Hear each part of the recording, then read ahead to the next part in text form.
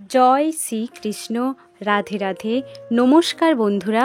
চৈত্র মাস চলাকালীন এই 7 প্রকারের প্রাণী যদি আপনাদের বাড়িতে আসে, আপনারা অবশ্যই সতর্ক থাকবেন, কারণ এই প্রাণীগুলির ইঙ্গিত দেয় যে আপনাদের ভাগ্য কিভাবে বদলাতে চলেছে, আপনাদের খারাপ দিন শেষ হতে চলেছে।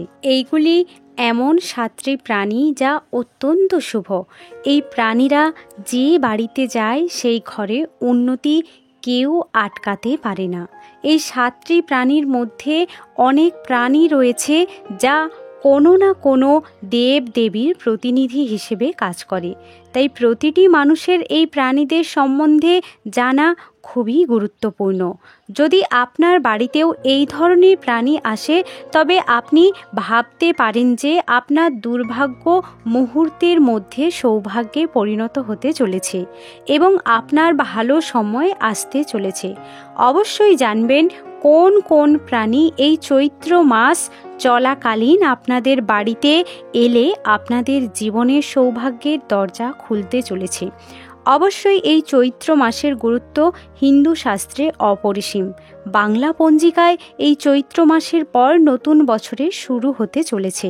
তাই বন্ধুরা অবশ্যই বিস্তারিতভাবে জানবেন যে এই চৈত্র মাস কোন কোন প্রাণী বাড়িতে এলে আপনার দুর্ভাগ্য মুহূর্তের মধ্যে সৌভাগ্যে পরিণত হতে চলেছে। পর্বটি এগিয়ে নিয়ে যাওয়ার আগে গল্প অ্যান্ড কথায় মৌমিতা পরিবারে আপনাদের সকলকে জানাই সুস্বাগতম।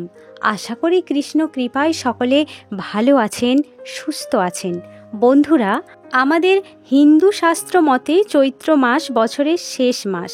এই চৈত্র মাস শেষ হওয়ার পর পুনরায় শুরু হবে নতুন বছর, অর্থাৎ পয়লা বৈশাখ। তাই অবশ্যই এই চৈত্র মাস শেষ হওয়ার আগেই নতুন বছরের আগমন হওয়ার আগে আপনাদের বাড়িতে এই 7টি প্রাণীর আগমন যদি ঘটে, তাহলে আপনাদের দুঃখের দিন শেষ হতে চলেছে। হিন্দু শাস্ত্র মতে এই চৈত্র মাস বহু রীতিনীতি পালন করা হয়। চৈত্র মাস হলো অত্যন্ত পবিত্র একটি মাস।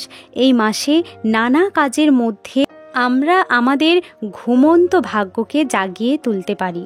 আর আমাদের জীবনে সমস্যা না এলে আমরা জীবনে সুখের পথই খুঁজে পাই না। তাই বন্ধুরা অবশ্যই আপনার ভাগ্যটি বদলাতে সতর্ক থাকবেন। এই চৈত্র মাসে এই প্রাণীগুলি যদি আপনার বাড়িতে আসে, তাহলে তাদের ভুল করেও তাড়াবেন না। এতে মা লক্ষ্মী স্বয়ং আপনাদের বাড়িতে বাস করবেন। বন্ধুরা, জ্যোতিষশাস্ত্র অনুসারে এই 7 প্রকারের প্রাণী যদি আমাদের বাড়িতে আসে, তবে আমাদের বোঝা উচিত যে আমাদের ভাগ্য বদলাতে চলেছে, আমাদের খারাপ দিন শেষ হতে চলেছে। এইগুলি এমন 7টি প্রাণী যা অত্যন্ত শুভ। এই প্রাণীরা যে বাড়িতে যায় সেই ঘরে উন্নতি কেউ আটকাতে পারে না। এই 7টি প্রাণীর মধ্যে এমন অনেক প্রাণী রয়েছে যা কোনো না কোনো দেবদেবীর প্রতিনিধি হিসাবে কাজ করে। তাই প্রতিটি মানুষের এই প্রাণীদের সম্বন্ধে জানা খুবই গুরুত্বপূর্ণ। যদি আপনার বাড়িতেও এই ধরনের প্রাণী আসে, তবে আপনি ভাবতে পারেন যে আপনার দুর্ভাগ্য মুহূর্তের মধ্যে সৌভাগ্যে পরিণত হতে চলেছে এবং আপনার ভালো সময় আসতে চলেছে।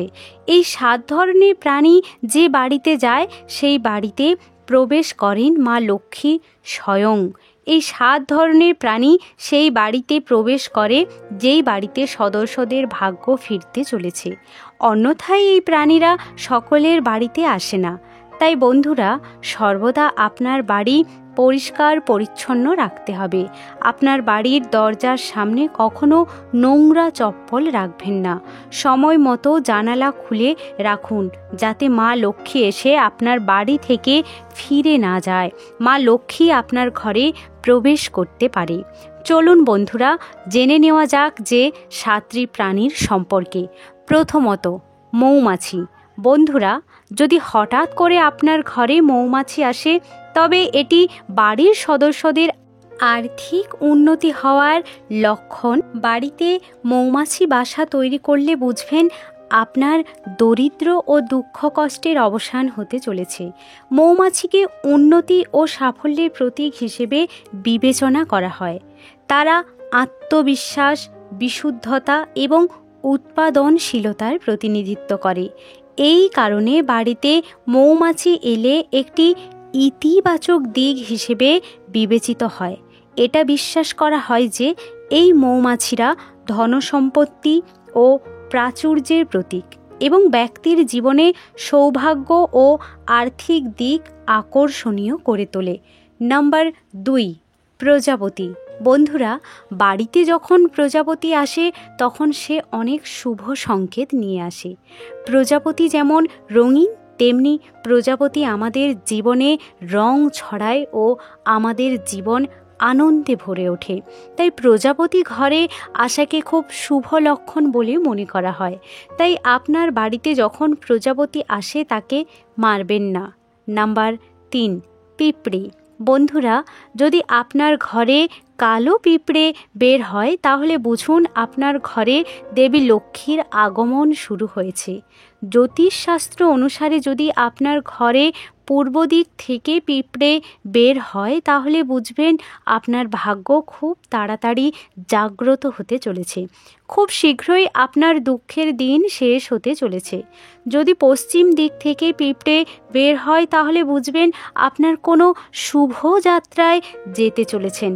যদি উত্তর দিক থেকে পিঁপড়ে বের হয় তাহলে বুঝুন আপনার বাড়িতে গ্রহ সংক্রান্ত সমস্যা দূর হতে চলেছে। বহুদিন ধরে আটকে পড়া বাধা খুব শীঘ্রই সমাধান হতে চলেছে। যদি দক্ষিণ দিক থেকে পিঁপড়ে বের হয় বা দক্ষিণ দিক থেকে বের হতে দেখা যায় অথবা দক্ষিণ দিক থেকে পিঁপড়ে আপনার ঘরে প্রবেশ করতে দেখা যায় তাহলে বুঝতে হবে আপনি হঠাৎ টাকা পেতে চলেছেন। জীবনে শুভ ফল পেতে পিঁপড়েকে প্রতিদিন চিনি বা মিছরির দানা খাওয়ানো শুরু করুন। নাম্বার 4, কালো ভ্রমর। যদি কালো ভ্রমর আপনার বাড়িতে আসে তবে সে আপনার ঘরকে সুখ শান্তিতে ভরে দেয়। এতে করে আপনার জীবনে এত সুখ আসবে যা আপনি কল্পনাও করতে পারবেন না। ভ্রমর আপনার জীবন পরিবর্তনের সংকেত নিয়ে আসে। বাস্তুশাস্ত্র অনুসারে বলা হয় যে ঘরে ভ্রমরের আগমন হয় সেই ঘরে ভগবান কুবেরের প্রবেশ ঘটে। ভগবান কুবের তার জন্য ধন সম্পদের ভাণ্ডারে দরজা খুলে দিতে চলেছে।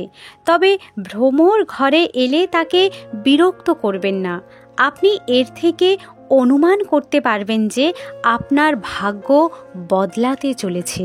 নাম্বার 5, বিছে। বন্ধুরা, ঘরে বিছের উপস্থিতি শুভ ও অশুভ লক্ষণ নিয়ে আসে।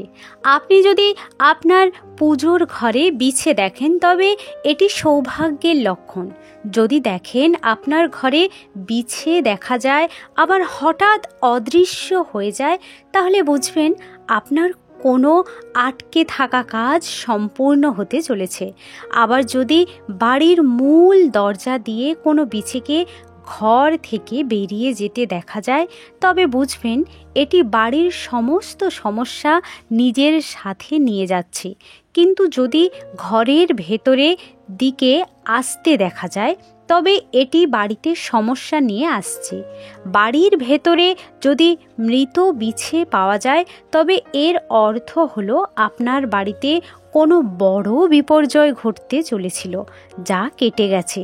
তবে বাস্তুশাস্ত্র অনুসারে যদি মূল দরজা, টয়লেট বা সিঁড়ির কাছে বিছে দেখা যায় তাহলে বুঝবেন রাহু আপনার রাশিতে দুর্বল হওয়ার প্রতীক হিসাবে বিবেচনা করা হয়।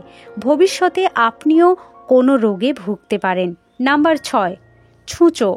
ছুঁচো যদি একজন ব্যক্তির চারপাশে ঘোরে তাহলে ওই ব্যক্তি তার জীবনে অনেক উন্নতি করতে পারবে।